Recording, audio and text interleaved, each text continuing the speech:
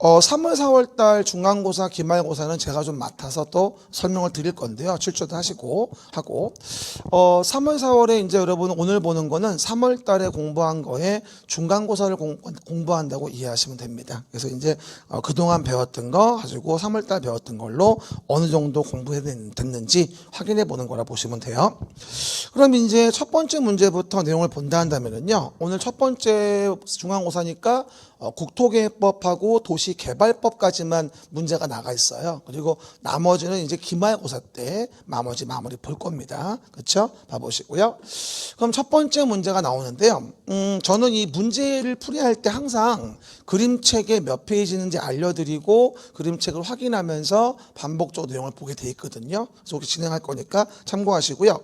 1번 문제는 그림책이 9페이지 있어요. 그래서 우리가 그림책 맞아 9페이지의 내용을 펴보시면 됩니다.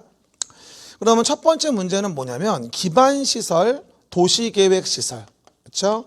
기반시설 관련된 거, 그 다음에 도시계획시설, 그리고 도시계획설로 결정된 거를 설치하기 위해서 사업을 한다는 도시계획이라는 것에 시설을 설치하기 위한 사업을 진행한다는 식으로 내용 등이 이제 언급이 되어져요. 그럼 우리가 기반시설을 체계적으로 설치, 정비, 개량하기 위해서 도시관리 계획으로 계획하여 결정을 하게 되죠. 그럼 뭐가 되죠? 이게 도시계획 시설이 되어지게 되고요. 그리고 도시계획설로 결정이 됐다면 그 도시계획설을 설치, 정비, 개량하기 위해서 사업을 하게 되는데 이를 뭐라 한다? 우리가 도시계획시설 사업이란 말을 쓰게 되는 거죠. 그럼 주의할 건 뭐냐면 기반시설에 대한 부분에 대한 거를 바로 도시계획설 사업으로 시행하는 게 아니에요. 기반시설에 대한 부분에 도시관리 계획에 대한 결정이 이루어지면 그게 도시계획시설이고요. 그 도시계획시설로 결정된 거를 설치하는 사업이 도시계획시설 사업인 거거든요.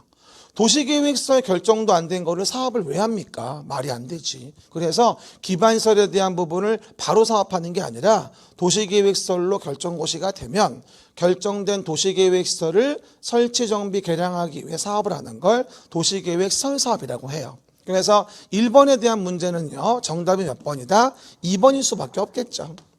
도시계획 시설 사업이란 이래놓고 기반시설을 설치, 정비, 개량하는 사업이다 이러고 나와 있는데 건너뛰면 안 되죠. 도시계획 시설을 설치, 정비, 개량하는 사업이죠. 뭐라고요? 도시계획 시설을 설치, 정비, 개량하는 사업입니다. 그래서 1번에서 도시계획시설이란 기반시설 중 도시관리계획 결정된 시설이고 그렇게 결정이 됐다면 도시계획 시설을 설치, 정비, 개량하는 걸 도시계획시설 사업이라고 하죠. 그리고 기억나시죠? 도시계획사업이라고 하는 건 뭐죠? 도시관리 계획을 시행하기 위한 사업을 얘기하는 거고 도시계획사업에는 뭐가 있다? 시설사업이 있고 개발사업이 있고 정비사업이 있다. 그 말 기억나죠? 계획사업에는 시설사업, 개발사업, 정비사업이 있다. 이 얘기입니다. 그리고 광역시설이란 기반시설 중에서 광역적인 정비체계에 필요한 시설을 말하는 거죠. 그래서 매번 얘기합니다만 광역시설과 도시계획시설은 모두 다 기반시설 중에 있는 건데 광역시설은 기반시설 중에 광역적인 정비체계에 필요한 시설이거든요. 그래서 정답은 2번이 되어지고요. 사소하지만 굉장히 많이 물어보는 개념들이니까 꼭 좀 내용 정리해 보시기 바랍니다. 정답은 1번에서는 2번이다. 이렇게 이해할 수가 있겠죠. 그럼 뭐가 되죠? 이제 두 번째 가서 해당 내용에 광역도시계획 문제가 나와 있어요. 광역도시계획 문제는 어디입니까? 우리 10페이지에 보시면 나와 있겠죠? 광역도시계획입니다. 그림책은 10페이지. 사실은 뭐 순서대로 있으니까 굳이 뭐 어려울 건 없죠. 그렇죠, 여러분? 그럼 봐봐요. 광역도시계획은 일단 매번 설명을 드리다시피 항상 계획이 나오면 어디에 만드는지를 좀 기억을 하셔야 돼요. 그래서 이제 광역도시계획은 광역계획권이 정해져야 만드는 거잖아요. 우리가 일반적으로 첫 번째 광역시설을 체계적으로 정비하자. 그러기 위해서는 뭐가 필요하다? 광역계획권을 정한다. 광역계획권. 그리고 광역계획권 정해지면 광역계획권에 장기발전 방향을 제시하기 위해서 만드는 계획이 있는데 이걸 뭐라 불러? 우리가 광역도시 계획이라 불러요. 그렇죠, 여러분? 항상 계획이 나오면 기억나시죠? 두 가지. 규제를 위한 거구나. 근데 어디에 만들어 규제를 하냐는 거예요. 그렇죠? 항상 규제를 한다. 어디에 만들어 계획을 만들어 규제하는가 하는 거죠. 그래서 보시는 바와 같이 광역도시 계획은 어디에다가 광역계획권으로 정해진 곳에서 장기 발전 방향을 제시하는 계획이죠. 그러면 설명으로 틀린 거죠. 1번 광역도시 계획은 광역계획권에 장기 발전 방향을 제시하는 계획이다. 어쨌든 계획이 나오면 어디에 만든지 봐야 돼요. 그리고 시도지사가 광역도시 계획이라는 것을 공동으로 수립하는 때에는 뭐하죠? 당연히 국토교통부 장관에게 뭐가 되죠? 승인을 받아야 되겠죠. 시도가 만들었으면 국장 승인이죠. 그리고 광역계획권이 어디 있다? 같은 도에 있대요. 그러면 같은 도에 관할구역 속한 경우에는 관할 시장군수가 공동으로 광역도시 계획을 만들겠죠. 항상 얘기하듯이 광역계획권을 정하는 건지 광역도시 계획을 만드는 것을 보셔야 돼요. 그렇죠? 지금 저기 3번 지문 나와 있듯이 이렇게 광역계획권이 여기는 성남시였고 여기는 안양시였고 같은 도였잖아요. 이러면 광역계획권은 도지사가 정해요. 하지만 여기서 뭐가 된다? 그 계획을 수립하는 것은 누가? 관할 시장군수가 해당 내용들을 공동으로 수립하는구나. 그리고 그 계획은 누구에게? 도지사에게 가서 승인을 받으면 되겠네. 이렇게 말씀드리는 거죠. 그러니까 지금은 계획을 수립해야 한다니까 같은 도이면 그 시장군수가 공동으로 계획을 만들게 되는 거죠. 그 다음에 4번 지문입니다.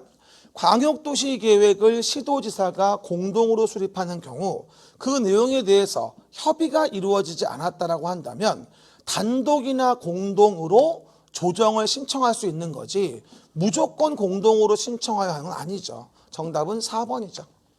이거 봅시다. 그림책의 10페이지에도 있듯이 일단 이런 얘기죠. 광역계획권을 정하는 데가 여기는 서울특별시였어요. 그리고 뭐가 되죠? 여기는요. 경기도 성남시였다 가정을 해보면요. 여기서 둘 이상의 시도에 걸려 있으니까 광역계획권은 국장이 정하고 계획은 누가 만들어요? 그 시도지사가 공동으로 계획을 수립을 할 거예요. 그런 다음에 누구에게? 따로 국장에게 승인을 받는 거죠. 그럴 때 당연히 협의하여서 공동으로 수립하는 게 맞지만 그 협의가 안 된다고 한다면 시도면 국장한테, 시군이면 도지사한테 불협의 시에는 공동이나 단독으로 우리 조정해 주세요라고 조정 시청을 하게 돼요. 근데 예전에 평가사 문제 몇 번 나온 적이 있었는데 이 조정 신청할 때 공동으로 조정을 신청해야 한다 이렇게 나오면 안 되거든요. 협의가 안 되는 경우에 조정 신청은 공동으로 할 수도 있고 단독으로 할 수도 있어요. 이유는 뭐라 했죠? 제가 공동으로만 조정을 신청해야 한다면 조정 신청마저도 협의가 안 돼요.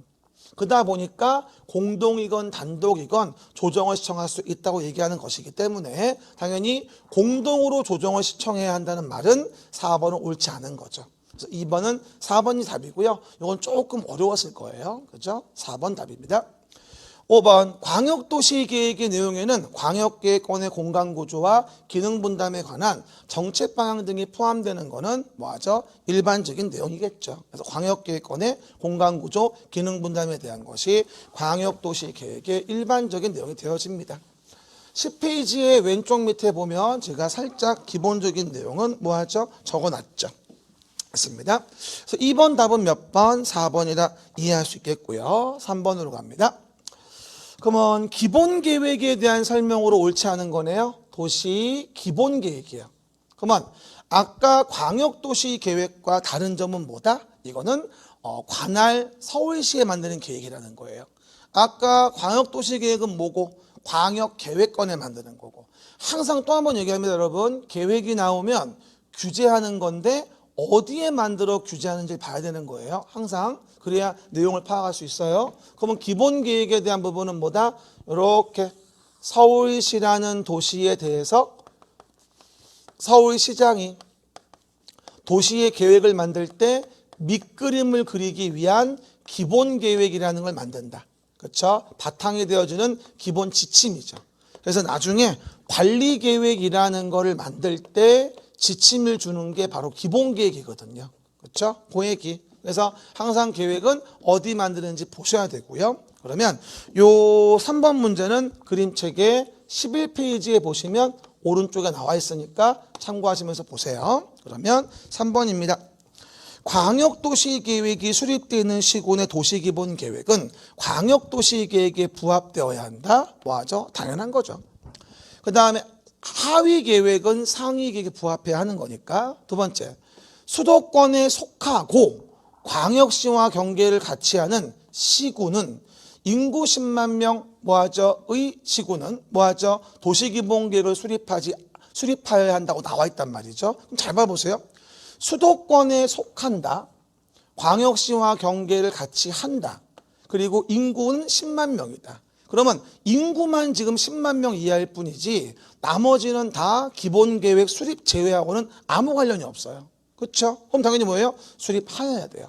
그래서 11페이지 오른쪽 위에 있듯이 도시기본계획을 수립하지 않을 수 있는 수립 제외에 대한 부분은 1번에 뭐라고 나와요?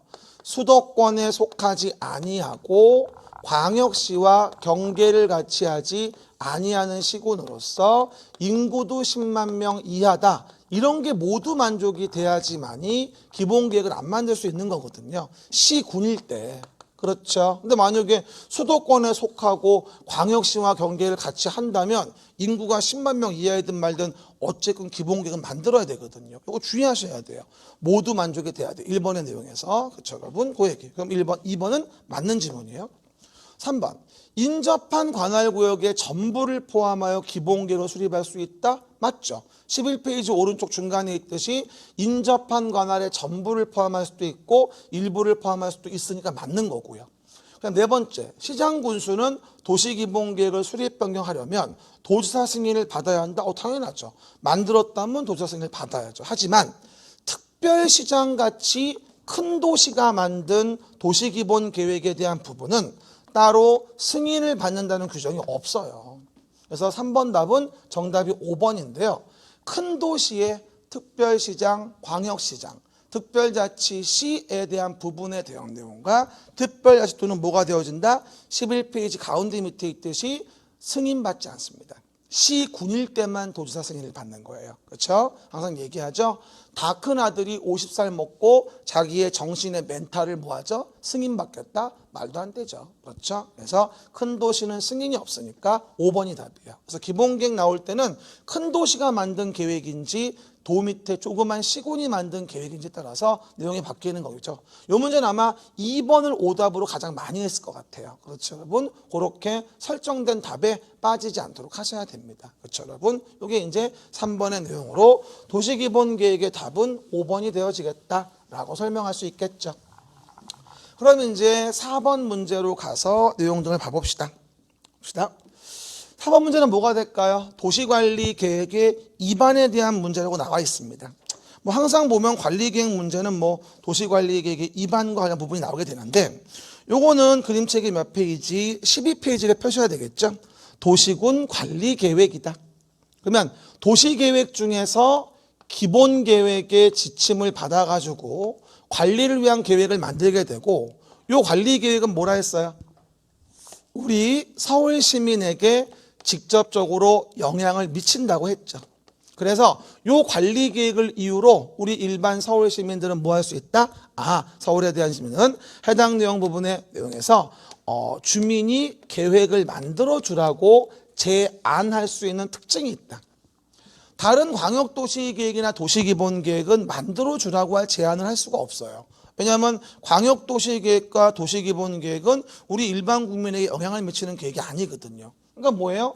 주민이 관리계획을 만들어 주세요. 제한을 가한다는 말은 주민에게 영향을 미치기 때문인 거예요. 그래서 관리계획만 제한사항이란 말이 있는데 12페이지 왼쪽 밑에 보면 모든 거를 다 제한할 수 있는 게 아니라 기반시설의 설치, 정비, 개량에 대해서 그 다음에 지구 단위 계획과 관련된 부분에 대해서 그 다음에 산업유통개발진흥지구. 뭐라고요? 산업유통개발진흥지구에 대해서. 그다음 뭐가 되죠? 행위 제한을 대체하기 위한 행위 제한 대체와 관련된 부분에 대해서. 그렇죠? 이런 부분에 뭐가 된다? 우리가 주민이 입안을 제한할 수 있다. 기억나죠? 기지산에 올라 대자를 펼치고 제한합니다. 시작. 기지산에 올라 대자를 펼치고 제한합니다.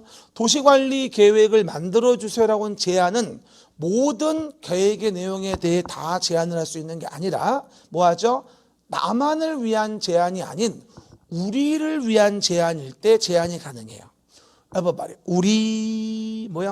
우리를 위한 제안일 때 가능하죠. 나만을 위한 제안은 허용할 수가 없어요. 그래서 우리가 해당 내용 본다면 기지산대 4가지를 제안할 수 있고요. 그 중에 이제 동의를 받는다 굉장히 중요하다고 했고, 기반시설만 5분의 4. 소유자 동의고 나머지는 3분의 2가 되어지거든요. 그러다 보니까 해당 내용의 동의 부분도 기억하시면 좋겠습니다. 그러면 정답은 4번이 몇 번일까요? 1번이죠. 관광휴양개발진흥지구에 대해서는 주민이 입안을 제한할 수가 없어요. 사실 우리가 관리계획 입안 제한할 때 산업유통개발진흥지구에 대한 부분을 제한을 허용하는 이유는 뭐냐면 제조업을 활성화하기 위해서 그런 거거든요. 그러다 보니 관광휴양개발진흥지구에 대해서는 주민의 입안 제한권이 없어서 정답은 1번이고요. 또 관리계획은 어떻게 돼요? 상위계획인 광역도시계획이나 기본계획에 부합하여야 하는 건 당연한 거고요. 그 다음에 조속히 입안할 필요가 있다면 광역도시계획, 도시기본계획 만들 때 함께 입안할 수 있고요. 그리고 매번 얘기하죠. 광역도시계획이건 도시기본계획이건 도시관리계획이건 다 수립의 기준은 국토교통부 장관이 정하죠. 그리고 국가계획과 관련된 관리계획은 당연히 국장이 입안할 수 있겠죠. 국가계획 나오면 담당은 국장이다. 계속 얘기했었죠. 그래서 보시는 바와 같이 정답은 1번이고요. 실제 나와도 괜찮은 문제입니다. 그래서 잘 챙겨서 관리계획에 입안 관련된 거 보시면 되고요. 솔직히 말하면 도시관리계획은 일반 국민에게 영향을 미치는 계획이기 때문에 이 관리계획에 대한 문제가 나올 땐 반드시 주민의 입안 제한과 관련된 문제가 나오게 돼 있어요. 그렇죠? 그래서 그 입안 제한이 가장 중요하니까 잘 좀 뭐하죠? 기억해 보시면 되고요. 그럼 내용에서 본다 하면은 뭐가 되죠? 5번 문제로 가서 용도 지역에 도시 지역에 대한 해당하지 않는 걸 물어보고 있네요. 그림책은 어디에다가 15페이지 펴보시면 됩니다. 그림책 15페이지. 용도 지역이야. 그러면 도시를 관리하기 위해서 계획을 만들어서 토지 이용 행위를 규제하자. 그래서 우리가 이렇게 서울시라는 도시에서 서울시장이 도시를 관리하기 위하여 계획을 만들어서 이 계획으로 규제를 가할 때 우리가 토지 이용 행위에 대한 토지 이용을 규제하기 위해서 계획을 만들게 되는데 이 계획으로 규제한 내용 중 첫 번째 뭐가 나오는 거다? 용도 지역이라는 걸 정한다는 거예요. 용도 지역은 4가지 기억나죠? 도관농장, 용도 지역, 중복 안내, 도시 지역, 관리 지역, 농림 지역, 자연환경 보전 지역에 4대 용도 지역이 있어요. 그리고 도시 지역과 관련된 부분은 뭐라 했습니까? 제가 다시 4가지가 있다고 해서 주거, 상업, 공업, 녹지 지역에 4가지의 도시 지역이 있죠. 주상, 공, 녹, 도시 지역이라고 하죠. 시작. 주상, 공, 녹, 도시 지역입니다. 지금 문제는 뭐예요? 도시 지역에 해당하지 않는 걸 고르래요. 그렇죠? 그러면 1번. 단독주택 중심으로 양호한 주거 환경을 보호하기 위해서 필요한 지역이다. 이거는 뭘까요? 일종 전용 주거 지역이죠. 그럼 주거 지역이니까 도시 지역이고요. 중층주택 중심으로 편리한 주거환 조성, 이건 2종 일반 주거니까 당연 도시 지역이고요. 또 근린 지역의 일용품 서비스 공급을 위해 필요하다면 이건 근린상업적 얘기하는 것이고요. 그렇죠? 그 다음에 주로 농업적 생산을 위하여 개발을 유보할 필요가 있는 지역. 아마 4번하고 5번이 좀 혼동됐을 거예요. 농업적 생산을 위해서 개발을 유보하는 지역은 요건 생산 녹지예요. 그러면 생산 녹지는 뭐가 된다? 녹지 지역이거든. 녹지면 도시 지역이야. 그렇죠? 그래서 정답은 뭐다? 5번이에요. 자연환경, 수자원, 해안생태계, 상수원, 문화재의 보존과 수산자원의 보호 육성을 필요한 지역은 자연환경 보전지역으로서 도시지역에 해당하지 않겠죠. 아마 4번, 5번 때문에 고민했을 거예요. 4번 농림지역인가 오해하면 안 됩니다. 4번은 농림지역이 아니라 생산녹지지역이에요. 15페이지 정가운데 보시면 내용이 나와 있을 거예요. 그렇죠, 여러분? 생산녹지. 농업적 생산을 위하여 개발을 유보하는 녹지가 되어지겠죠. 아주 아무것도 아닌 것 같지만 은근히 어려워요. 문제부터 이해하셔야죠. 도시지역에 해당하지 않는 걸 고르시오. 이렇게 얘기했었어요. 그래서 정답은 5번이 되어져서 5번은 자연환경 보전지역이구나 라고 이해하시면 됩니다. 5번 정답은 5번이 되어집니다. 6번 봅시다. 도시지역, 관리지역, 농림지역, 자연환경 보전지역으로 용도가 지정되지 않았대요. 금방 여러분들 설명드린 바와 같이 용도 지역은 뭐가 된다고 했죠? 도간농자라고 용도 지역은 지정이 돼야 돼요.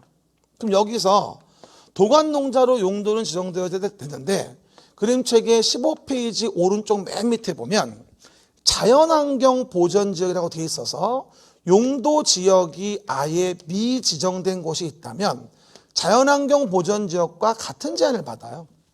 그럼 뭐가 되죠? 자연환경 보전지역의 건폐율은 20% 범위 내고요. 용적률은 뭐가 된다? 80% 범위 내로 하는 것이기 때문에 어쨌건 용도가 지정되지가 아예 않았어.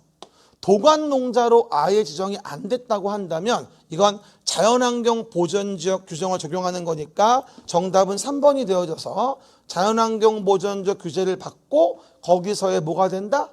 건폐율은 20%라는 것에 뭐하죠? 최대 한도가 되어준다고 이해하시면 됩니다. 보전 녹지는 뭐예요? 도시지역은 지정됐는데 세분되지 않았을 때고 보전관리는 관리지역은 지정됐는데 세분되지 않았을 때 얘기하는 거잖아요. 그러니까 지금은 도간농자로 용도지역 자체가 지정이 안 된 것이기 때문에 이건 뭐다? 자연환경 보전지역 제한을 받는 걸로 건폐율 최대 한도는 뭐가 되죠? 20%가 되어지겠죠. 은근히 어렵습니다. 생각보다. 그래서 잘 기억하시고 15페이지 오른쪽 밑에 내용들 참고해 보시면 되겠습니다. 이게 바로 뭐다? 해당 내용 부분에 용도 지역에서의 건폐율, 미지정, 미세분에 대한 것 중에 미지정에 대한 걸 말씀드린 겁니다. 그럼 다음 문제 봅시다. 그러면 용도 지구에 대한 부분이 설명이 나와 있을 거예요. 용도 지구는 우리 그림책의 17페이지 보시면 오른쪽에 나와 있을 거예요. 17페이지. 그러면 그림책의 17페이지 오른쪽에 보십니다. 그럼 우리가 용도 지구라는 걸 설명한다라고 한다면 매번 설명드릴 때 이렇게 얘기를 하죠. 지금 설명드린 바와 같이 도간농자의 용도 지역이라는 게 있는데 그 용도 지역만으로는 행위 제한을 완성할 수가 없으니까 용도 지역의 제한을 강화, 완화하기 위해서 용도 지역 위에다가 용도 지구라는 걸 정하게 돼요. 그래서 지역의 제한을 용도 지구로 강화, 완화한다고 이해하시면 되거든요. 그러면 용도 지구의 종류는 뭐라 했어요, 우리가? 지구촌 뉴스를 알려드립니다. 취재진의 보고에 의하면 경복궁에 뭐가 된다? 화재가 발생했습니다. 라고 설명을 드렸죠. 취재진 보고 경복 화재. 그래서 취락지구, 특정 용도 제한지구, 개발진흥지구, 보호지구, 고도지구, 경관지구, 복합용도지구, 방화지구, 방제지구에서 총 9가지의 용도지구가 있어요. 그 중에서 우리가 고도지구에 대한 부분을 본다 한다면 고도지구는 높이의 뭐를? 최고한도를 규제하는 것이지 현행법상은 최저한도를 규제한다는 말이 없거든요. 그래서 해당 부분에 보다 내용 등을 주의하셔야 되겠죠. 그럼 정답은 몇 번이에요? 7번 답은 1번이죠.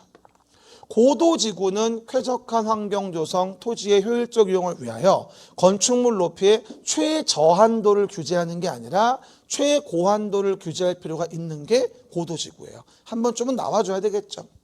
그 다음에 역사, 문화, 환경, 보호지구에 대한 부분은 문화재, 전통사찰 등 역사 문화적 보존 가치가 큰 시설 및 지역의 보호와 보존을 위해 필요한 지구 맞는 얘기고요. 그 다음에 복합용도지구는 뭐라 했어요? 뭐하죠? 지역의 토지 이용 상황, 개발 수요 및 주변 여건 등을 고려하여 뭐하죠? 효율적이고 복합적인 토지 이용을 도모하기 위하여 특정 시설의 입지를 완화할 필요가 있는 지구다라고 나옵니다. 요 지가 아니라 여가 돼야 되겠네. 그렇죠? 오타 났네요. 확인하시고요. 복합용도지구 완화할 필요가 있다. 요거 주의하시고요. 완화할 필요가 있다. 그 다음 네 번째, 집단 취락지구는 뭐가 될까요? 개발 제한구역 안에 취락을 정비하기에 필요한 지구죠. 자연 취락과 집단 취락 혼동하지 마시라고 했습니다. 그 다음에 시가지 방제지구는 자연 방제와 시가지 방제가 있어요. 시가지 방제는 건축물 인구가 밀집되어 있는 지역으로서 시설 개선 등을 통하여 재해 예방이 필요한 지구를 우린 뭐라 한다? 시가지 방제지구라고 하죠. 라고 이해하시면 되겠습니다. 됐습니다. 그럼 내용적으로 보신다고 한다면요, 그 정도 내용 등을 보시면 되겠죠. 확인하시고요. 효율적이고, 그렇죠? 고려하여 효율적이고, 됐습니다. 그거 못하났죠? 확인하시고, 그 다음에 내용 등을 본다 한다면요, 다음 문제 8번으로 갑시다. 그러면 내용에서 용도지구에 대한 거 정리해 봤습니다. 여러분, 그리고요, 우리가 뭐 중간고사 보시고 이제 맞춰보시면 또 많이 안 맞아가지고 속상하신 분들이 있는데요. 뭐 지금은 그럴 필요 없어요. 그냥 확인하는 거예요. 그래서 모르면은 확인하고 다시 보면 되는 거니까 굳이 무슨 뭐 점수 안 나왔다고 무슨 고민하고 혼동하고 그러지 마세요. 물론 뭐 점수가 좀 나오면 기분은 좋지만 안 나왔다 해서 너무 충격받지 마세요. 원래 그랬으니까. 오해하지 마시고요. 나중에 잘 나올 거예요. 그렇죠? 그 얘기. 용도구역이 있는데요. 8번 문제는 18페이지 봅시다. 18페이지 용도구역입니다. 금방 설명한 바와 같이 용도구역에 대한 부분은 용도지역이라는 것으로 규제 완성이 안 돼서 용도지구라는 걸 정했고, 지역지구만으로도 행위 제한이 완성이 안 돼서 지역 지구의 제한을 강화 완화하기 위해서 용도구역이라는 걸 정하게 돼요. 그렇죠? 용도구역이라고 합니다. 그러면 내용에서 용도구역에 대한 부분은 뭐다? 5가지가 있죠. 용도구역을 정할 때는 뭐라 했어요? 제수시도 입이다 라고 했습니다. 용도구역 정할 때는 제수시도 입이다 라고 해서 용도구역이라고 하죠. 개발제한구역, 수산자원보호구역, 시가화조정구역, 도시자연공원구역, 입지규제 최소구역까지. 근데 우리가 이 용도구역에 대한 부분에 이렇게 정의를 물어보면 생각보다 이게 어려워요, 사실은요. 봐봐요. 시도 대도시의 시장은 일단 그림책은 18페이지 참고하시고요. 그림책은 18페이지 왼쪽에 보시면 되죠. 그러면 시도 대도시의 시장은 도시의 자연환경 및 경관을 보호하고 도시민에게 건전한 여가휴식 공간을 제공한대요. 그러기 위해서 도시지역 안에 식생이 양호한 산지의 개발을 제한한다고 나오죠. 근데 여러분들 여기서 개발 제한이라는 것을 보게 되면 자꾸 개발 제한 구역을 체크하시는 분이 많아요. 이 개발 제한 구역하고 도시자연공원 구역은 개발 제한이란 말이 다 있는데, 개발 제한 구역은 도시의 무질서한 확산 방지라던가 보안상 개발 제한이고요. 도시자연공원 구역은 지금처럼 뭐 얘기하는 거죠? 도시민에게 건전한 여가휴식 공간을 제공하기 위하여 도시지역 안에 식생이 양호한 산지의 개발을 제한하는 거거든요. 그래서 오해하지 말 건 정답은 1번 도시자연공원구역이에요.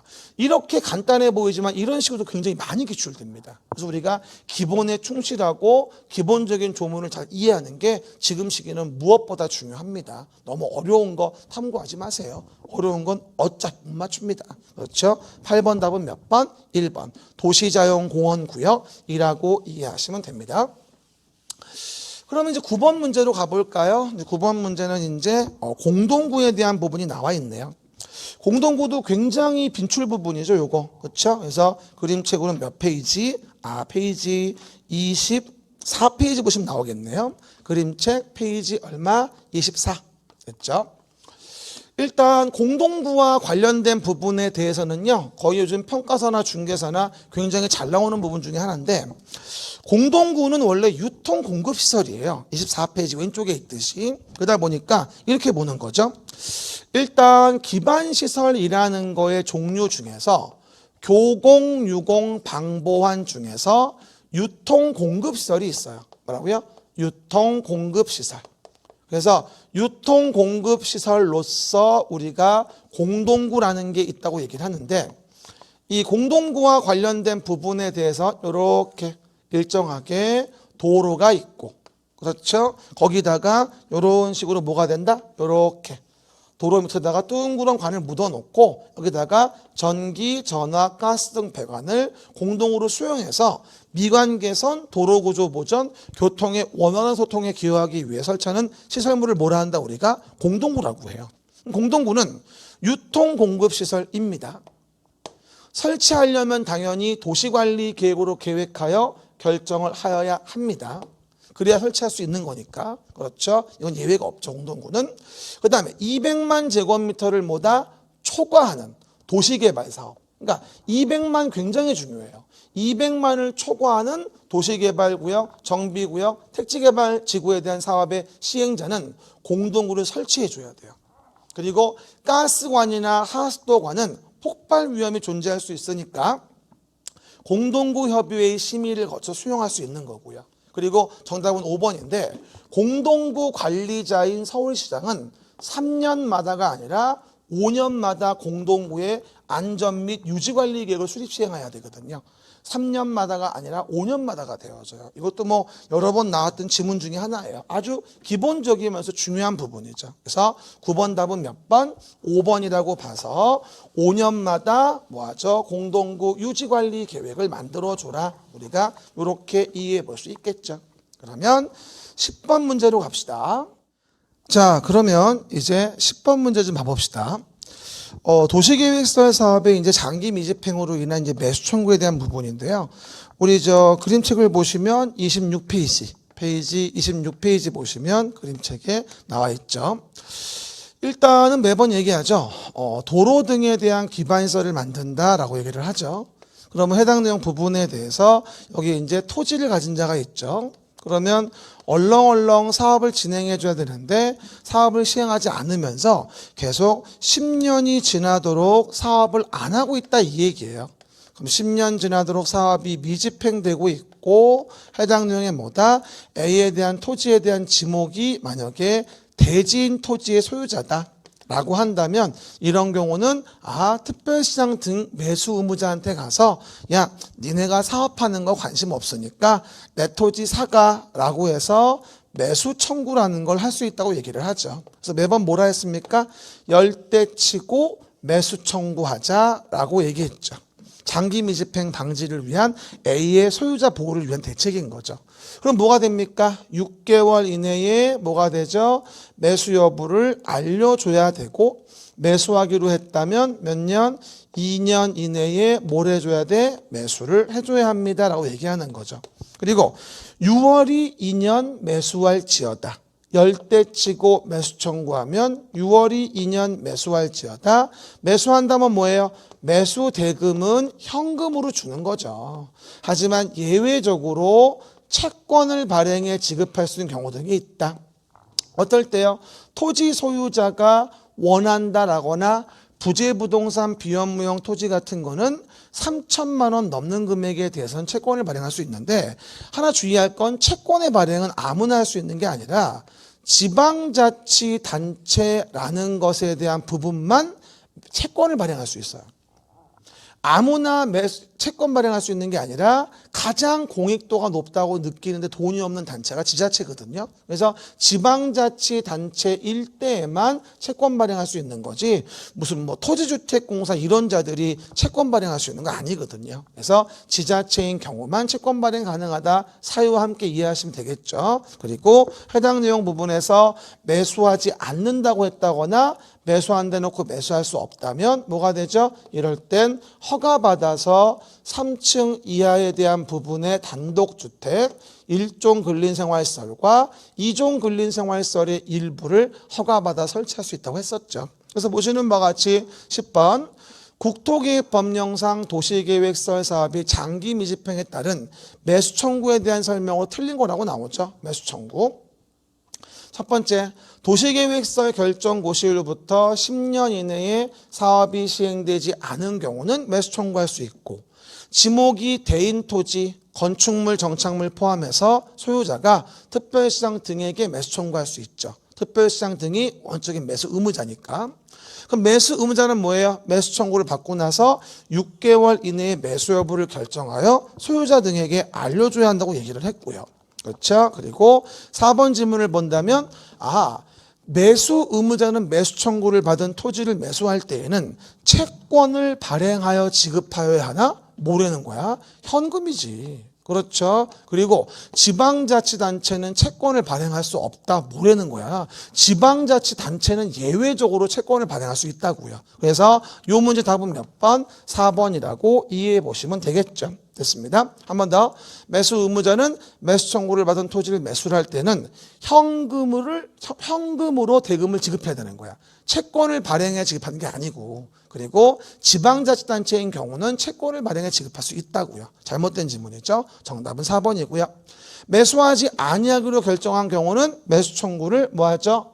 매수 청구한 토지 소유자는 단독주택으로서 3층 이하의 것을 허가받아 뭐하죠? 설치할 수 있다. 뭐하죠? 이렇게 이해할 수 있겠죠. 허가받아 설치할 수 있다. 그래서 정답은 10번 문제는 뭐다? 4번에 대한 부분이 되어지겠죠. 왜? 채권 발행이 원칙이 아니라 현금 지급이 원칙이야. 머니 해도 머니 이랬잖아요. 그리고 지방자치단체인 경우일 때 한해서는 토지 소유자가 원한다던가 부재부동산 등으로 3천만 원 넘는 금액에 대해서는 지자체일 때 한해서만큼은 채권을 발행해 지급할 수 있다 했거든요. 그러므로 뭐다? 10번 답은 4번이 되어집니다. 그럼 다음 문제 봅시다. 11번 문제. 지구단위 계획구역을 지정하여야 하는 경우를 고르라고 나왔네요. 뭐라고요? 지구단위 계획구역을 지정하여야 하는 경우를 물어보고 있습니다. 그러면 지구단위 계획구역 지정하여야 하는 건 우리 앞쪽에 22페이지 있겠죠. 그림책에. 그러면 그림책 22페이지 확인해 보시면 되겠죠. 그러면 왼쪽 부분에 서울시라는 도시에 대해서 일부, 즉 서울시라는 도시의 일부에 만드는 계획이 뭐다? 지구단위 계획이 되어지는데 이 지구단위 계획과 관련된 부분에 대해서 이 구역을 지정하여야 하는 경우가 있다는 얘기죠. 그게 어디 있어요? 22페이지 왼쪽 밑에 지정하여야 한다가 있을 거예요. 그러면 지정을 할 수 있다는 것 중에서 지정을 하여야 한다가 있습니다. 라고 얘기를 하죠. 지정을 할 수 있다인 것 중에서 하여야 한다가 있다고 나오면 됩니다. 그러면 하여야 한다는 뭐가 될까요? 매번 얘기하는 거. 정비구역과 택지개발지구로 지정됐어요. 정택이. 그리고 사업이 끝나고 나서 10년이 경과된 지역이 있어요. 정태가 사업이 끝나고 10년이 지났다. 정태가 지정해야 한다. 정태가 기억나시죠? 정비구역과 택지개발지구는 사업이 끝났으면 그 파급효를 규제하기 위해서 10년 지난 지역이면 지정을 하여야 돼요. 필수적 조정이 필요하다는 얘기죠. 그 다음에 무슨 다음의 내용으로 얼마? 30만 제곱미터 이상이라고 한다면 지정을 해야 하는 경우도 있죠. 시가와 조정구역, 공원에서 해제가 되어지는 경우라거나 그 다음에 녹지지역을 주상공으로 변경하는 지역이 30만 제곱미터 이상이라고 한다면 지정을 하여야 하는 거죠. 그러다 보니 11번에 대한 부분에 대해서 지구단위 계획 구역을 지정하여야 하는 거라는 말을 읽었냐가 포인트죠. 그래서 옳은 거라고 나오는데 개발구역은 사업 끝나고 10년 지났다고 하여야 하는 건 아니에요. 정답은 2번이겠죠. 정비구역에서 시행되는 사업이 끝난 후 10년이 지난 지역엔 지정해야 되고요. 그 다음에 관광특구로 지정된 지역이나 개발제한구역에서 해제되는 지역이나 대지, 조성사업지구라고 한다면 이거는 해야 하는 게 아니라 지정할 수 있을 뿐이겠죠. 정답은 2번이에요. 아주 사소한 문제 같지만 생각보다 많이 물어보는 부분입니다. 그래서 해당 내용들 정리해 주시면 되겠고요. 그럼 이제 12번으로 가서 개발행위 허가와 관련된 문제가 나오게 됩니다. 개발행위 허가 뭐요? 개발행위 허가라고 하죠. 그러면 12번 문제입니다. 이 문제는 조금 좀 어렵다고 느꼈을 수도 있어요. 그죠? 조금. 그러면 그림책은 개발행위와 관련된 부분이 30페이지 있네요. 있습니다. 그림책 30페이지 봅시다. 그러면 개발행위 허가라는 부분에 대해서 우리가 몇 가지 좀 확인해 볼 필요가 있는데요. 일단은 봐봐요. 이렇게 도시를 관리하기 위한 계획이 있어요. 그럼 도시를 관리하기 위한 계획을 만들어서 우리가 하는 사업을 뭐라 하냐면 도시계획 사업이라고 얘기를 해요. 뭐라 한다? 도시계획 사업. 그러면 도시계획 사업에 의해서 이루어지는 사업은 첫 번째 시설 사업이 있고, 두 번째 개발 사업이 있고, 세 번째 정비 사업이라고 하는 세 가지의 사업이 있는데요. 이 도시계획 사업에 의하지 아니하고 하는 행위를 난개발 방지를 위해서 허가받는다고 하여 우리가 개발행위 허가를 받고 하라 이렇게 얘기를 해요. 그러면 도시계획 사업에 의하지 않은 행위는 허가를 받고 한다는 얘기죠. 그러면 그 개발행위 허가사항은 뭐라 했어요? 건축물 건축, 공작물 설치, 토지의 형질 변경, 그 다음에 토석을 채취하는 거, 그 다음에 뭐하죠? 토지 분할하는 거, 그 다음에 물건을 적치하는 거에 총 5가지에 대한 부분에 허가사항이 있어요. 제가 이거 외울 때는 어떻게 외웠었어요? 기억나시려나? 뭐라고요? 건물에 가서 토를 3번 하니까 아유 더러워. 그렇죠? 개발행위 허가는 참 개발행위 하는 자 입장으로 봤을 땐 더러운 겁니다. 하라는 게 많고 부담시키는 게 많으니까. 그래서 건축물 건축, 공작물 설치, 토지형질 변경, 토석 채취, 토지 분할, 물건 적치에 5가지 사항이 있겠죠. 그 중에서 제가 이제 허가 사항과 관련된 부분에 대한 것들을 이제 몇 가지를 말씀드린 거예요. 그래서 30페이지 그림책 정 가운데 써 있고요. 한번 봐볼까요? 허가 대상으로 오른 건데 형질 변경 하다가 토석이 나오는 건 허가 안 받아요. 토석 채취 자체가 목적이어야지 형질 변경하는 목적으로 하다가 토속이 나오는 건 허가 안 받는 거거든요. 오해하지 말 거. 그래서 1번은 토지 형질 변경 할 때 나오는 토속 채취는 뭐하죠? 따로 허가 받는 게 아니에요. 그래서 X가 되어지는 부분이고요. 두 번째 뭐냐면 물건을 쌓아놓는 행위인데 매번 얘기하죠. 녹지지역하고 관리지역 자연환경 보전지역 30페이지 가운데 밑에 있어요. 녹관자에서 울타리 밖에 1개월 이상 물건을 적치할 때 허가받는 거지 농림지역에서의 물건 적치는 허가사항이 아니라고 했어요. 이게 평가사 문제였고요. 그렇죠? 농림지역에 물건 적치한다고 허가받으라 그러면 농민들 화나죠. 가뜩이나 돈도 안 되는데. 그래서 농림지역은 물건 적치 허가사항이 아니고요. 그 다음에 세 번째가 뭐냐면 이거 오해하시면 안 돼요. 경작을 위한 토지형질 변경은 일반적으로 개발행위가 아니라고 해서 허가를 안 받는다고 하는데 그 경작을 위한 토지형질 변경도 30페이지 정 가운데 보면 허가받는 경우 등이 있어요. 뭐냐? 인접토지의 관계배수 농작업에 영향을 미치는 경우에 경작을 위한 토지형질 변경은 허가받아야 됩니다. 예를 들어 이런 거 어때요? 여기가 뭐가 됩니까? 뭐 저수지가 있는데 그렇죠. 이렇게 A란 농지가 있고 뭐가 된다 이렇게 해당 내용 부분에 B란 농지가 있었어요. 그래가지고 이렇게 관계수로를 만들어가지고 물을 갖다가 가져다가 농사를 지었었는데 어느 날 A란 자가 이 부분을 절토로 해버린 거예요. 경작을 위한 토지형질 변경이라고 하면서 절토해버린 거지. 그러면 B는 어떻게 돼요? 아무것도 물이 안 들어오니 농사를 못 질 거 아니에요. 이런 식으로 고의적으로 나쁜 짓 하는 분들이 있단 말이에요. 이런 경우에 B를 보호하기 위해서 인접토지의 관계배수 농작업에 영향을 미친다고 한다면 경작을 위한 토지형질 변경도 허가를 받아야 한다고 시행령상 단서가 생겼거든요. 그렇죠? 그래서 아직은 시험이 한 번도 안 나왔는데 한 번 정도는 물어봐 주는 게 맞지 않을까라고 하는 부분에 생각을 해봅니다. 그래가지고 12번의 답은 3번인 거예요. 허가받아야 하는 건 3번이거든요. 그리고 토지 분할과 관계된 부분도 건축물이 있는 대지는 제외가 되어져요. 건축물이 있는 대지면 토지 분할은 금지행위예요. 그렇죠? 허가받아 할 수 있는 게 아닙니다. 건축물 있는 대지는 제외하고요. 또한 도시계획 사업에 의해 가지고 뭐하죠? 공유수면을 매립한다면 도시계획 사업으로 하는 거니까 허가 안 받죠. 은근히 문제가 괜찮습니다. 중요한 건 모아놨어요. 한 번 더 얘기해요. 도시계획 사업으로 하는 거는 충분히 계획으로 난개발 방지를 규제하기 때문에 따로 개발행위 허가를 받게 할 이유는 없어요. 그렇죠? 그거 주의하셔야 돼요. 그래서 12번도 꽤 중요하니까 한 번쯤은 물어볼 수 있다. 그래서 정답은 3번이 되어지겠네요. 그러면 국토계획법의 개발행위 허가 대상으로서 12번 정리해 봤고요. 그럼 이제 13번 문제로 가볼까요? 13번 문제는 성장관리 방안이라는 아주 중요한 게 나오네요. 우리가 성장관리 방안은 그림책의 31페이지 왼쪽 끝에 있네요. 그림책 31페이지 왼쪽 끝에. 가봅시다. 그럼 일단 개발행위를 허가합니다.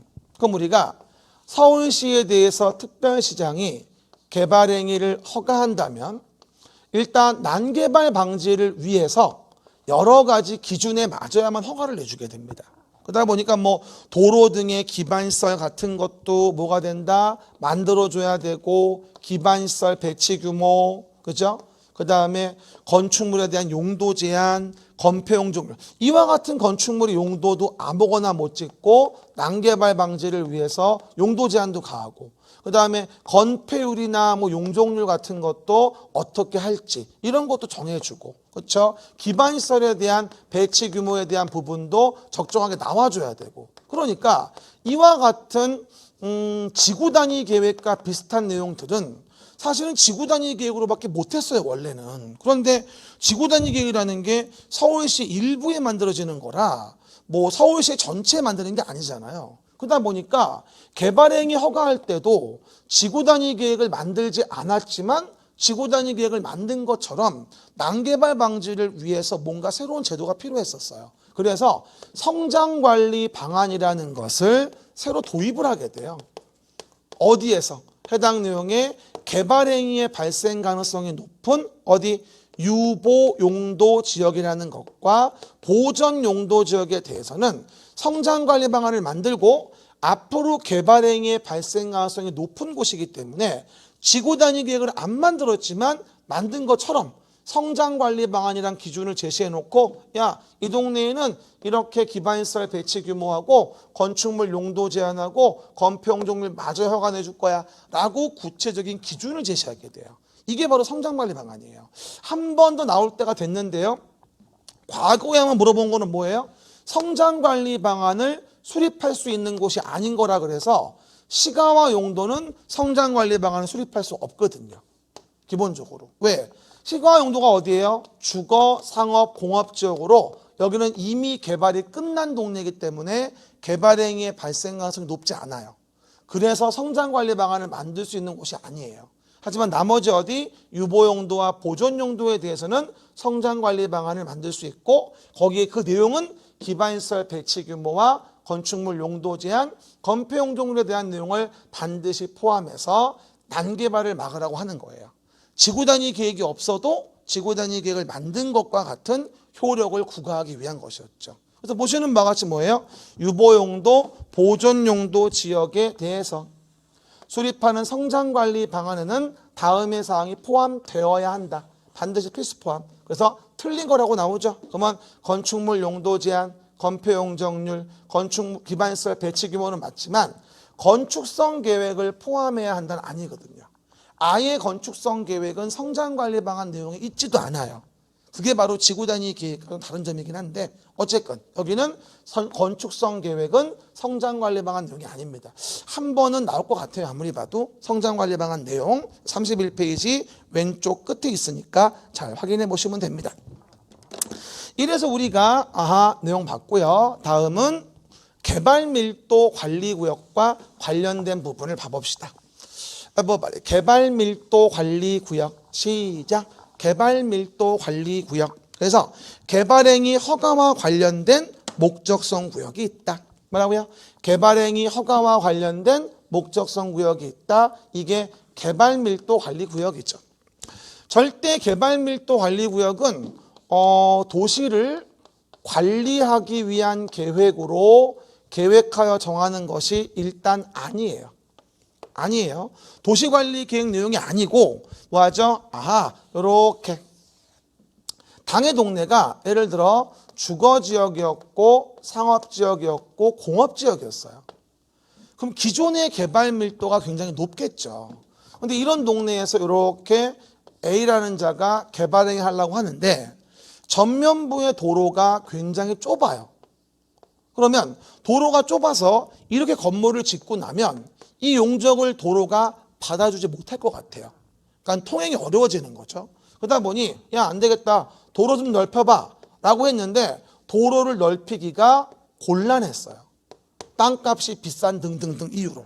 그러다 보니 이렇게 큰 건물을 결국은 질 수 없게 된 거예요. 왜? 기반시설 설치가 곤란하니까. 그럼 어떻게 하자? 야, 미안한데 너 건물을 조그맣게 줘야 되겠다 라고 해서 곤란하면 강화하자. 용적률을 반토막 내는 거죠. 용적률 50% 범위 내 강화. 그래서 곤란하면 강화하자. 뭐 하기 위해서?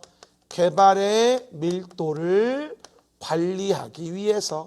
이게 바로 뭐냐면 개발밀도 관리구역의 정의와 의의가 되어지는 거예요.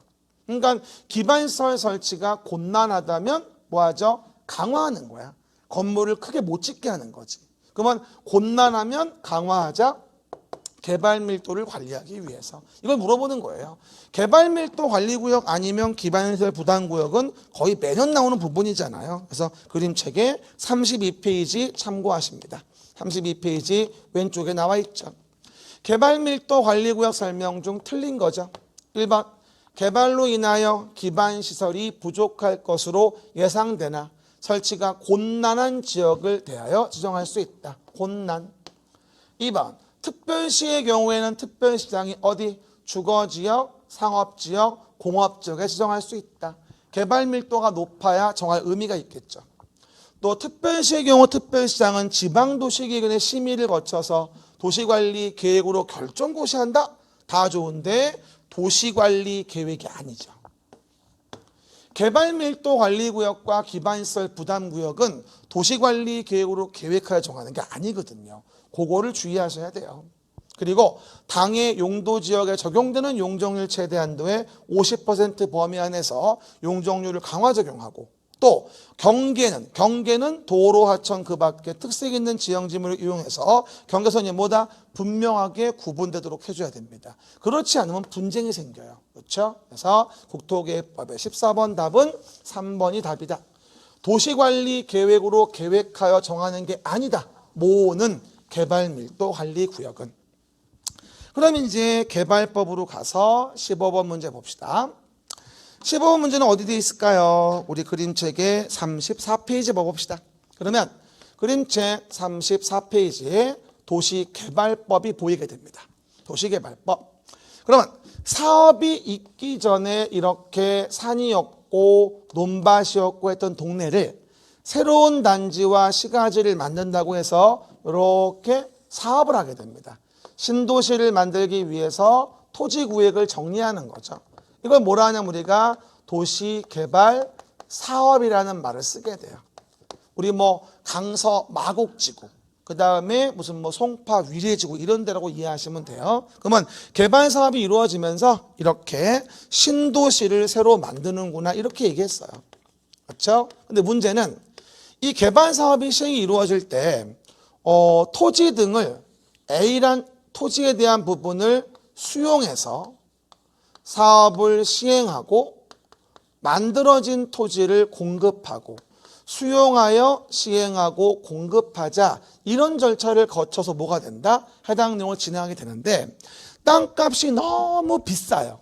베리베리 익스펜시브 혼돈이 다카이데스 기억나죠? 그러면 수용이 어려우니까 A란 자의 토지 소유자의 동의를 받아서 사업 후에 A-로 같은 가치의 땅으로 바꿔주는 환지 방식이라는 걸로 사업을 시행할 수가 있거든요. 그럼 이런 경우일 때 환지 방식은 소유자가 계속 살아있어요. 수용당한 게 아니라. 그래서 쫑알쫑알 제가 말이 많다고 했었죠. 뭐가 어쩌니 저쩌니 이러면서 그러다 보니 34페이지 정 가운데 밑에 환지 방식이면 개발 계획을 만들 때부터 면적의 3분의 2 이상 동의와 소유자 총수 2분의 1 이상 동의를 받아야만 개발 계획을 만들 수 있다고 했었어요. 하지만 누구일 땐 제외한다고 했죠? 국가, 지방자치단체가 시행자라면 그렇게 동의를 받을 필요는 없다고 얘기했었어요. 뭐예요? 정부 출연기관이 아니고 국가 지자체일 때는 동의받지 않는다. 여러분 개발법은 그거 기억하셔야 돼요. 개발법은 시행자가 누구냐에 의해서 조문의 내용이 바뀌어요. 그러니까 시행자에 따라서 조문 내용이 바뀌는 거니까 그거를 잘 캐치하셔야 돼요. 그렇죠, 여러분? 그럼 봐봐요. 15번. 도시개발법령상 시행자는 뭐예요?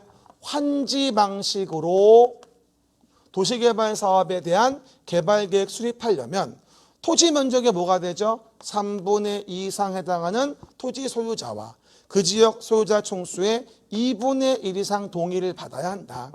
이 경우 누구면 국가, 지방자치단체라고 한다면 시행자가 뭐하죠? 소유자 동의를 받을 필요가 없다라고 설명이 되어 있을 거예요. 그럼 뭐가 되죠? 틀린 거니까 정답은 5번인 거죠. 정부 출연기관이 아니라 지방자치단체를 얘기하는 거예요. 그렇죠? 개발법은 시행자가 누군지에 대한 부분에 대한 것에 대해서는요. 뭐하죠? 구분하셔서 잘 기억하셔야 되겠습니다. 정답은 5번입니다. 이렇게 나와도 깔끔하죠? 그래서 뭐 구분하셔서 한 번 정도 보실 필요가 있겠네요. 그러면 다음 문제 16번입니다. 도시개발구역의 이제 지정과 관련된 부분이 언급이 돼 있어요. 도시개발구역 지정. 그죠? 그럼 개발구역 지정 관련 부분에 대해서는요, 우리가 페이지 35, 그림책의 35페이지 보시면 이제 왼쪽에 개발계획이 보이고 오른쪽에 도시개발구역이 보일 거예요. 그러면 도시개발법에서 도시개발 계획을 만들어서 도시개발을 하기 위한 구역을 정한다고 얘기를 하는데 도시개발구역을 정한다라고 했을 때는요. 주의할 건 원칙적으로 지정권자가 누구냐는 거예요. 지정권자가 누구냐라고 한다면 원칙적으로 시도지사, 대도시의 시장이 지정권자가 됩니다. 하지만 예외적으로 누가 특별시장이나 국토교통부 장관이 도시개발구역을 정할 수 있는 경우 등이 있어요. 근데 요 국장의 지정사유가 요번에 30회 때도 문제가 나왔었고 31회 때도 아주 유력하죠. 근데 국장의 지정사유 중 특히 두 가지 기억하셔야 돼요. 어디 돼 있죠? 35페이지 오른쪽 위에 특히 두 번째하고 세 번째가 중요한데요. 무슨 요청이라고 나오죠. 그러면 앞에는 뭐라고 나와야 돼요? 관계 중앙행정기관의 장의 요청이라고 나와야 돼요. 얘는 뭘 얘기하는 거고 무슨 장관급들을 얘기하는 거예요. 무슨 문화체육관광부 장관이 문화단지를 만들려고 요청을 했다. 그렇죠. 이런 경우도 있겠죠. 그 다음에 세 번째는 뭐가 될까요? 제안을 하는 경우예요. 제안. 그럼 제안은 뭐가 되죠? 오해하지 말 건 3번에 대해서 여기는 또 공공기관, 정부 출연기관의 장이에요. 공공기관, 정부 출연기관의 장이 제안을 했어요. 그러면 30만 제곱미터 이상과 관련된 부분이라고 한다면 누가? 국토교통부 장관이 도시개발구역을 지정하는 경우가 있다라고 얘기하는 것이죠. 그렇죠, 여러분? 그래서 뒤에 말이 요청인지 제안인지를 보고 앞에 단어를 맞춰야 돼요. 우습게 보시면 안 돼요. 그리고 그 어디에도 여기는 뭐가 없다? 여기는 지방공사가 뭐를 하니 이런 말이 없어요. 국장의 지정사유에는 지방공사가 요청하니 제안은 이런 말이 없거든요. 그 점을 좀 주의해 주셔야 되겠죠. 그러면 16번 문제. 도시개발구역은 원칙적으로 누가? 시도, 대도시의 시장에 정할 수 있겠고 그런데 국토교통부 장관이 지정할 수 있다고 돼 있는데 요청이란 말이 있네 여기. 그럼 요청 있으면 어떻게 해야 돼 앞에가? 관계 중앙행정기관장이라고 나와야지. 지방공사가 아니고. 요청이 있다고 나온다면 국토교통부 장관의 지정사유는 앞에 뭐라고 나와야 돼? 관계 중앙행정기관장이 이러고 나와야지. 정답은 2번이 되어지겠죠. 그 다음에 도시개발구역의 지정고시의 날로부터 3년 될 때까지 실시계획 인가시청하지 아니하면 3년 된 다음 날에 뭐하죠? 도시개발구역은 해제된 것으로 보는 거는 매번 드린 말씀이죠. 36페이지 왼쪽 밑에 보시면 나와 있죠. 뭐라고요? 36페이지 왼쪽 밑에 보면 도시개발구역의 해제에 관련된 부분이 나와 있을 거예요. 그래서 도시개발구역 지정되고 나서 3년 될 때까지 실시계획 인가시청이 없으면 다음 날 도시개발구역은 해제된 걸로 보고요. 그리고 네 번째도 뭐가 된다?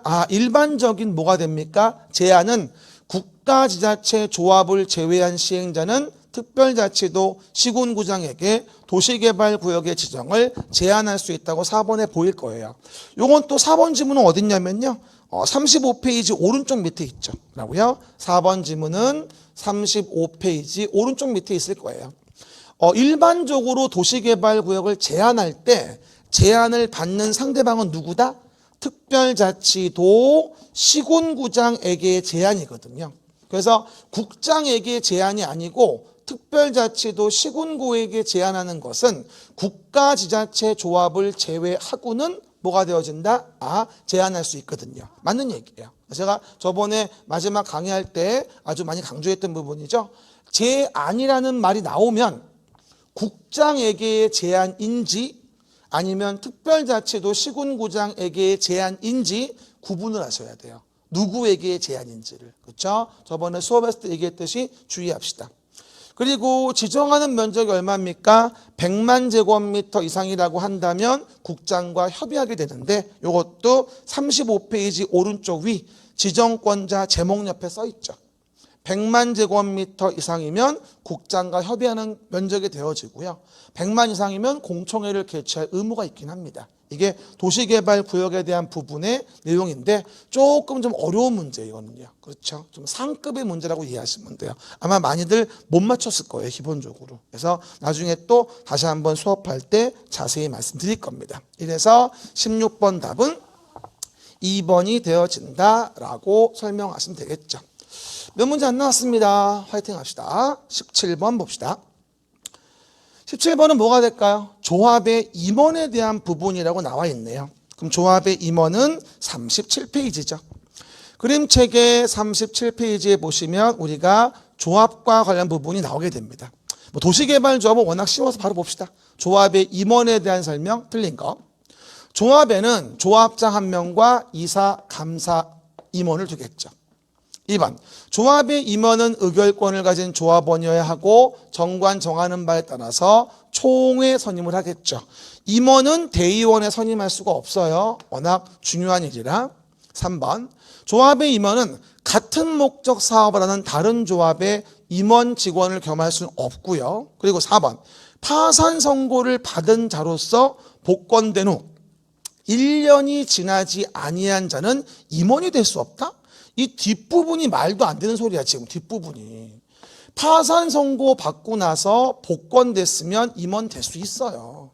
1년이 더 지나야 한다는 말은 아니거든요. 그래서 17번 답은 뭐다? 정답이 4번입니다. 파산 선고되고 복권됐으면 기간도가 요하지 않고 임원될 수 있습니다. 기간 도가가 파산 선고 받고 뭐하죠? 복권되지 않았으니까 임원이 안 되는 건데 복권됐다면 결격이 아니죠. 그래서 해당 내용의 37페이지 정 가운데 보시면 하단에 있을 거예요. 정답은 4번. 또 5번입니다. 조합의 임원으로 선임된 자가 결격사유에 해당하게 된 경우에는 그 다음 날부터 임원 자격 상실하는 건 기본이죠. 그래서 도시개발법의 개발조합은 조합 문제나 임원 문제가 나오면 맞추기 쉬운 문제니까 실수하시면 안 되고요. 그 다음에 18번 토지상환 채권에 대한 설명이네요. 토지상환 채권은 39페이지 봅시다. 그림책의 39페이지 보면 가운데 위에 있을 거예요. 토지 상환 채권. 일단 봅시다. 사업이 이루어지기 전 토지를 우리는 수용한다고 얘기를 하죠. 그러면 수용해서 사업이라는 거를 뭐 하죠? 우리가 시행을 하게 되고 만들어진 토지를 뭐 하게 된다? 공급한다. 수용하여 시행하고 공급한다고 합니다. 이래서 이제 수용 방식에 대한 개발 사업이 이루어지게 되는데 문제는 수용이 이루어지려면 그 전에 뭐가 필요하냐면 해당 토지를 강제 취득해서 수용의 사업을 시행하려면 먼저 보상금이라는 걸 줘야 됩니다. 보상금. 근데 마찬가지로 수용 보상가를 현금으로 줘야 되는데 현금으로 주기가 부담스러우니까 우리 뭐라 하냐면 나중에 분양 토지 건축물로 바꿔주는 채권을 발행할게 라고 해서 토지 상환 채권이라는 것을 시행자가 발행할 수 있다라는 게 이제 언급이 되어지는 거예요. 토지 상환 채권이죠, 이게 바로. 그래서 이제 토지 상환 채권에 대한 부분은 수용 보상가를 채권으로 주는 거야. 토지 소유자가 원한다면. 그렇죠? 이런 경우일 때 요 시행자로서 공공의 시행자가 있고 민간의 시행자가 있는데 요 민간의 시행자에 대한 부분은 당연히 보증받아야 돼. 채권 나올 때 항상 민간자가 나오면 부도 위험이 있거든. 그래서 보증받으세요. 이렇게 얘기하는 거고 공공의 자인 경우일 땐 보증은 필요 없겠죠. 왜? 믿으니까 망할 염려 없잖아요. 공공의 시행자는. 그리고 너무 무리하게 부담 주면 안 되니까 분양토지 건축물의 얼마? 2분의 1을 넘지는 말라고 해요. 뭐라고요? 분양토지 건축물에 뭐가 된다? 2분의 1을 넘지는 말아라. 너무 토지 소유자에게 가혹하게 채권을 강매시키면 안 되는 거니까. 이 부분이 가장 많이 나오는 부분이고요. 그리고 지정권자가 아닌 자가 발행한다면 지정권자의 승인을 받아야 하는 건 너무나 뻔한 얘기죠. 그렇죠? 그래서 내용 등을 보시면 된다라는 게 바로 뭐예요? 토지 상환 채권에 대한 부분이 되어지겠죠. 그럼 봐봐요. 틀린 거죠. 토지 상환 채권. 시행자는 토지 소유자가 원하는 경우에는 매수대금의 일부를 지급하기 위하여 조성된 토지 건축물로 상환하는 채권을 발행할 수 있다. 이럴 때 토지 상환 채권으로 상환할 토지 건축물은 당해 도시개발 사업으로 조성되는 분양 토지 건축물의 3분의 1이 아니라 2분의 1을 넘을 수는 없다고 얘기를 하죠. 이 문제는 아마 많이 맞췄을 것 같아요. 우리 맨날 OX나 복습노트 입김창 볼 때 빵꾸맨 꼭 많이 했던 부분이거든요. 그 다음에 3번. 시행자는 토지 상환 채권을 발행하려면 발행계획 작성해서 미리 지정권자 승인을 받아야 되겠고 지정권자가 아니면 다 지정권자 승인을 받아야 됩니다. 4번. 토지 상환 채권의 이율은 사채니까 발행자가 정하죠. 39페이지 정 가운데 보시면 있을 거예요. 그리고 토지 상환 채권을 뭐 하죠? 이전한다면 취득자는 성명과 주소를 채권 원부에 기재해 줄 걸 요청해야 한다고 나오게 됩니다. 보통 시행자 발행하는 채권을 사채라고 하는데 시행자 발행 채권은 아무래도 부도 위험이 있잖아요. 그러다 보니 아까 그래서 민간자가 발행할 땐 보증받으라고 했고 지정권자가 아닌 자이면 지정권자 승인을 받으라고 했고 그러니까 사채니까 이전할 때도 채권 원부에 기재해 줄 걸 요청하라는 거죠. 그리고 채권의 성명 주소 기재하지 않으면 대항할 수 없다고 얘기하는 부분이고요. 이게 이제 채권에 대한 기본적인 패턴이죠. 그래서 정답은 18번에 몇 번, 2번이라고 할 수 있었어요. 요거 3분의 1, 2분의 1만 안 헷갈렸으면 충분히 알 수 있겠죠. 또 이러고 또 끝내면 또 물어보러 온다니까? 쌤 근데 3분의 1은 뭐였죠? 뭐예요? 39페이지 오른쪽 밑에 원형지 공급의 한도죠. 39페이지 오른쪽 밑에 원형지 공급의 한도가 3분의 1이잖아요. 토지 상환 채권은 2분의 1이고요. 그렇죠? 그거 이해하십니다. 그러면 이제 19번으로 가서 뭐 하죠? 좋은 문제, 쉬운 문제가 있어요. 지정권자의 권한이 아닌 거라고 나와요. 그러면 41페이지 왼쪽 위에 좀 봐보세요. 우리가 환지 방식에서 환지 계획을 인가한다고 나오는데 환지 계획의 인가는 지정권자가 아니라 특별자치도 시군구장의 인가를 받아요. 그래서 제가 얘기했을 때 인가권자가 지정권자 아닌 거, 승인권자가 지정권자가 아닌 것은 몇 개 안 된다고 했죠. 그 중에 하나가 환지계획의 인가입니다. 정답은 3번이에요. 지정권자 권한이 아닌 거라고 나왔으니까. 도시개발구역의 지정도 지정권자가 하죠. 조합의 인가도 지정권자가 합니다. 아마 2번 답하신 분들 많을 거예요. 개발조합은 지정권자의 인가이지 시군구장 인가가 아니에요. 실시계획 인가도 지정권자 인가, 원형지 공급 승인도 지정권자 승인이죠. 그럼 뭐가 되죠? 19번 답은 3번. 이건 환지계획의 인가는 특별자치도지사 시군구장의 인가를 받는 거거든요. 그림책에 41페이지 왼쪽 맨 위에 써 있을 거예요. 그 정도 이해해 보시면 되고요. 그 다음에 마지막 문제 20번으로 가서 환지 처분과 관련된 부분을 봐봅시다. 환지 처분은 환지방에서 참 잘 나오는 부분이에요. 그래서 이제 중요한 게 페이지 41페이지 그림책 41페이지 오른쪽에 가면 써 있어요. 환지 처분. 그럼 봐봐요. 사업이 있기 전 여기서 A라고 하는 자의 토지를 사업이 끝난 다음에 A-라고 뭐하죠? 토지를 바꿔주는 걸 환지 방식이라고 하죠. 그럼 이렇게 개발 사업이 환지 방식에서 이루어진다면 우린 뭐하죠? 환지를 어떻게 할지 같은 가치로 계획하기 위해서 위지면, 토수 이환, 위치, 지목, 면적, 토지 수리 이용상 환경을 종합적으로 고려해서 종전의 토지와 환지의 가치를 맞춰서 계획을 하게 됩니다. 그리고 환지 계획대로 환지 처분이라는 게 이루어지게 되면 환지 처분 공고 있은 날 다음 날이 되어지면 새로운 토지로 권리가 넘어간다고 했어요. 그 말 기억나죠? 발생은 다음 날이고 종전권의 소멸은 그 발생하기 전인 끝나는 때 소멸이죠. 그러니까 환지 처분 공고 있은 날이 끝나는 때 종전권가 소멸되어지는 거고 그리고 다음 날 오른쪽으로 뭐가 된다? 권리가 발생되어지는 거거든요. 그래서 41페이지 뭐가 된다? 아하, 오른쪽 위에 보면 환지 처분 효과가 양가로 2번에 보일 거예요. 41페이지 오른쪽 위에 보면 발생은 환지 처분 공고된 날 다음 날. 하지만 소멸은 먼저 되어야 하니까 환지 처분 공고된 날이 끝나는 때 먼저 소멸되는 거죠. 그래야 사업 전과 사업 후의 토지가 권리가 만나지 않거든요. 그래서 오해하시면 안 되고 정리해 보시면 되겠죠. 그럼 내용에서 보시면 이제 20번 볼까요? 1번.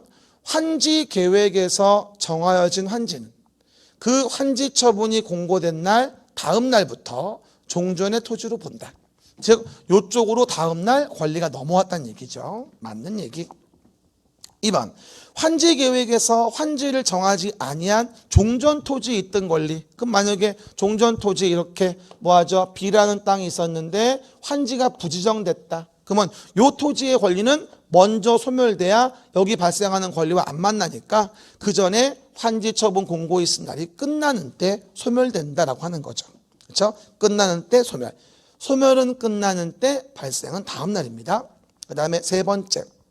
행정상 재판상 처분으로 종전 토지, 동그라미 토지, 토지에 전속하는 것에 관해서는 영향을 미치지 아니한다고 나오게 됩니다. 이것도 41페이지 오른쪽 끝에 보면 나와 있는데요. 종전 것에 이제 뭐가 되죠? 만약에 토지 자체에 대해서 행정상 철거 명령이라든가 재판상 처분 같은 게 있다. 토지 자체에. 그러면 토지 자체의 처분은 권리가 아니기 때문에 새로운 걸 넘어올 이유가 없어요. 그래서 행정상 재판상 그 토지 자체에 대한 출입금지 가처분. 그 토지 자체에 대한 뭐가 된다? 재판상 처분이면 토지 자체의 처분이기 때문에 권리에 대한 처분이 아니거든요. 그러면 종전 토지에 그대로 머무르는 거죠. 그래서 맞는 얘기고. 그 다음에 4번. 보류지는 언제일까요? 마찬가지. 환지 처분 공고 있은 날 다음 날이지. 그렇죠? 이렇게 남은 땅이 있죠? 보류지. 보류지 중에 일부는 뭐가 되고 채비지가 되겠고 그러면 요 채비지나 보류지에 대한 부분에 대한 것도 언제 발생해요? 원칙이. 환지 처분 공고 있은 날 다음 날 발생하는 거예요. 무슨 보류지가 환지 계획 인가받은 날 다음 날이야. 말도 안 되지. 아마 읽다가 실수했을 거야. 그죠 여러분? 환지 계획이 인가받은 날 다음 날은 권리 이전과는 아무 관계 없죠. 환지 처분 공고 있은 날 다음 날이 돼야 권리가 이전되는 거죠. 그래서 20번 답은 몇 번? 여기 4번 답이 되어지겠죠. 보르지는 환지계획에서 정한 자가 환지계획이 인가된 다음 날, 이게 아니라 환지처분에 공고된 날 다음 날, 이것처럼 똑같아야 돼요. 보르지의 경우도 그렇죠. 채비지도 그렇고. 하지만 이미 처분된 채비지만큼은 소유권 이전 등기를 마친 때 취득한다고 41페이지 오른쪽 밑에 있고요. 제가 수업할 때도 개발법에서 말씀을 드렸습니다. 그 정도 확인해 보시면 되죠. 그리고 아직 뭐 안 배웠다면 다음 시간 배울 거니까 너무 염려하지 마세요. 아셨죠? 그 얘기들. 그래서 내용에서 뭐가 됩니까? 20번에 대한 답은 4번이 되어지겠죠. 5번은 이미 처분된 채비지니까 소유권 이전 등기 마친 때 소유권 취득하는 것이고요. 그래서 우리가 중간고사라고 해서 국토계획법하고 도시개발법에 대한 부분의 내용 등을 봤는데 우리 대부분의 수험생분들은요. 일단 국토계획법에서는 조금 쉽게 풀다가 개발법부터 어려워해요. 그 이유는 공부를 안 해서 그래요. 국토계획법은 보통 3, 4주를 보는데 개발법은 한 주에 끝나거든요. 기억이 안 나는 겁니다. 그러다 보니까 그런 어려움이 있죠. 그만큼 한 번 더 혼자 좀 봐줘야 돼요. 동영상을 한 번 더 본다든가. 그렇죠? 이번에도 뭐 중간고사 보시느라 고생하셨고요. 모의고사도 보시면 점수 잘 나오시길 바랍니다. 공부 건강 챙기시면서 하시고요. 오늘도 수고하셨어요. 감사합니다.